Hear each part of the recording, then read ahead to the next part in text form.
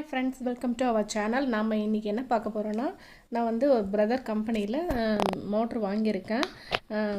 எதுக்குன்னா நம்ம tailoring machine தான். என்ன மிஷினுக்குன்னா, நான் ஜிக்ஸாக் மிஷின் ஒன்று என்கிட்ட இருக்குது. அதுக்கு வந்து பெரிய மோட்டராக இருந்துச்சு. அந்த மோட்ரு வந்து ஸ்லோவாக போகிற மாதிரி எனக்கு ஃபீல் ஆச்சு. சரி, நம்ம வந்து அந்த மிஷினை வந்து சேல் பண்ணிவிட்டு அதுக்கப்புறம் ஜாக் மிஷின் வாங்கலான்னு தான் என்னோட யோசனை. அப்புறம் எங்கள் வீட்டுக்காரர்கிட்ட கேட்டேன், அதுக்கு வேண்டாமா, இப்போ நீ சரியாக கூட அது தைக்காமல் இருக்கும்போது ஏன் அதை வந்து சேல் பண்ணுறேன், நீ ரொம்ப வந்து ஸ்டிச் பண்ணல, இல்லை கொஞ்சமாக தான் ஸ்டிச் பண்ணுறேன், அதே வேலையாக நீ வந்து ஜிக்ஸாக் மிஷினே ஸ்டிச் பண்ணுறதா இருந்தால் அந்த மிஷின் பெரிய மிஷின் வாங்கலாம், இப்போதைக்கு நீ வந்து யூஸ் பண்ணு, இது சின்ன மோட்டர் வாங்கி கூட யூஸ் பண்ணிக்கோ அப்படின்னு சொல்லி சொன்னாங்க.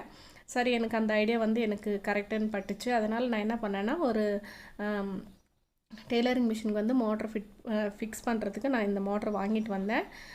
சிசரும் என்கிட்ட ஒரு 3-4 சிசர் இதே மாதிரி இருக்குது. பட் வந்து வேறு வேறு சைஸில் இருக்குது. அது என்னன்னா, தெரியாதனமாக நான் வந்து சாணம் பிடிப்போம் இல்லையா, நம்ம வந்து அந்த சாணம் பிடிக்கும்போது வந்து தெரியாதவங்ககிட்ட கொடுத்து கொஞ்சம் மொக்க பண்ணிட்டேன்.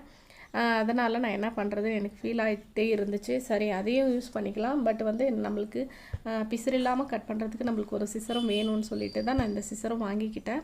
இந்த சிசரோட ரேட்டு வந்து 350 சொன்னாங்க. நான் 300 வாங்கினேன். சைஸ் வந்து 10. அப்புறம் இந்த மோட்ரு வந்து 1200 கொடுத்தேன். அவங்க வந்து 1350 400 சொன்னாங்க. நான் அப்படி கம்மி பண்ணி அப்படி டோட்டலாக 1500 நாங்கள் கொடுத்துட்றேன் அப்படின்னு சொல்லிட்டு வாங்கியிருக்கேன். அதுக்கப்புறம் இந்த 3 ப்ளவுஸ் வந்து ஒரே ஆள் தான். அவங்க வந்து சின்னதாக ஒரு டிஃப்ரெண்ட்டான மாடல் வச்சு ஸ்டிச் பண்ணி கொடுக்க சொல்லியிருக்காங்க. இந்த பிங்க் வந்து ஸ்லீவில் மட்டும் ஒரு டிஃப்ரெண்ட்டாக கொஞ்சம் ஸ்டிச் பண்ணி கொடுங்கக்கா அப்படின்னு சொல்லி கேட்டிருந்தாங்க. பஃப் வேண்டாமா, வேறு டிசைன் பேட்ச் மாதிரி ஏதோ பண்ணி கொடுங்க அப்படின்னு சொல்லிட்டு அவங்களே ஒரு டிசைன் எனக்கு காட்டி ஸ்டிச் பண்ண கொடுத்துட்டு போயிருக்காங்க. அதுக்கப்புறம் இந்த க்ரீன் கலர் ப்ளவுஸும் சாரியும் சாண்டல் வித்து இந்த க்ரீன் மிக்ஸ் ஆன மாதிரி என் சாரீ. பட் என்கிட்ட சாரீ எடுத்துகிட்டு வந்து தரலை, ப்ளவுஸ் மட்டும் எடுத்துகிட்டு வந்து தந்தாங்க. இதுவும் அவங்களே ஒரு ஸ்லீவ் வந்து டிசைன் சொல்லி கொடுத்துட்டு போயிருக்காங்க. இப்போ வந்து இந்த 3 ப்ளவுஸும் நான் எப்படி தைக்கிறேன் அப்படின்னு சொல்லிட்டு உங்களுக்கு வீடியோவில் அப்பப்போ நான் அப்டேட் பண்ணுறேன். இந்த ப்ளவுஸ் வந்து கட் பண்ணி வச்சிட்டேன். 2 சைடு இந்த பார்டரையும் நான் கட் பண்ணி வச்சுட்டு இருக்கேன். அப்புறம் அந்த ப்ளைனாக இருக்க கிளாத்தில் தான் பாடிக்கும் ஸ்லீவுக்கும் கட் பண்ணியிருக்கேன்.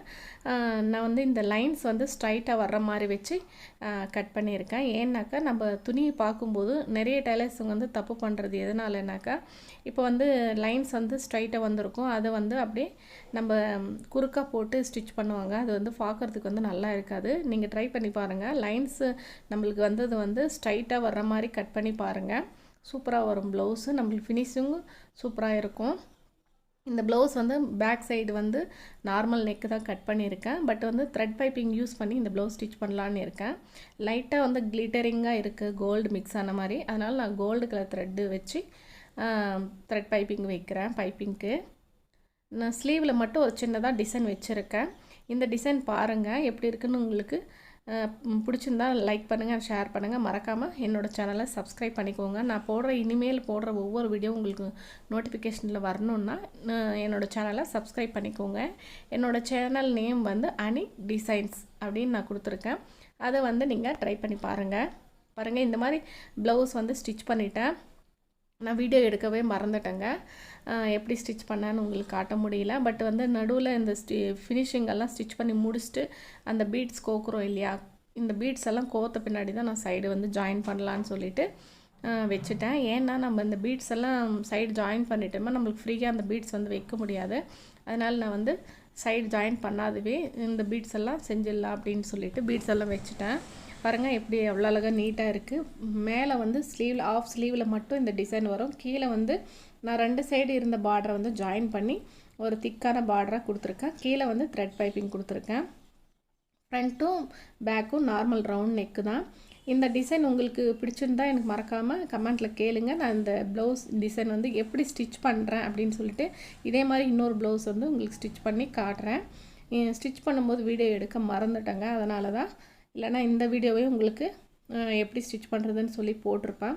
இப்போ வந்து ஃபுல் ப்ளவுஸ்க்கும் வந்து இந்த பீட்ஸ் வந்து நான் வச்சுட்டேன். சின்னதாக பீட்ஸ் வச்சுருக்கேன்.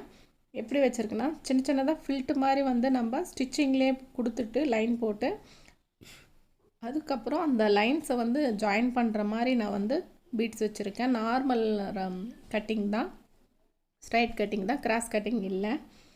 அந்த லைன்ஸ் வந்து உங்களுக்கு பார்த்தாவே தெரியும், ஸ்ட்ரைட்டாக வர மாதிரி இருக்கும். அப்படியே நான் அந்த பீட்ஸ் வைக்கும்போது ஊக்ஸும் கட்டிட்டேன். ஏன்னா நம்ம மறுபடியும் ஏன் வந்து ஊக்ஸ் வைக்கணும் அப்படின்ற மாதிரி எனக்கு தோணுச்சு. அதே நூல் தானே அப்படின்னு சொல்லிட்டு ஊக்ஸும் கட்டிட்டேன். இப்போ வந்து சைட் ஜாயின் பண்ணோம். 3 டாட் தான் வச்சுருக்கேன் ப்ளவுஸ்க்கு. ஃபுல் ப்ளவுஸ் ஸ்டிச்சிங் வீடியோ உங்களுக்கு வேணும்னா கமெண்ட்டில் கேளுங்க. கண்டிப்பாக நான் உங்களுக்கு சூப்பரான ஒரு ஃபுல் ப்ளவுஸ் ஸ்டிச்சிங் வீடியோ போடுறேன்.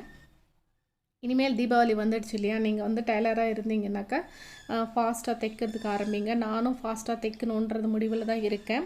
நம்மளுக்கு என்ன வேலை இருந்தாலும் எந்த வேலை வந்து நிறுத்தாமல் ஸ்டிச் பண்ண முடியாது.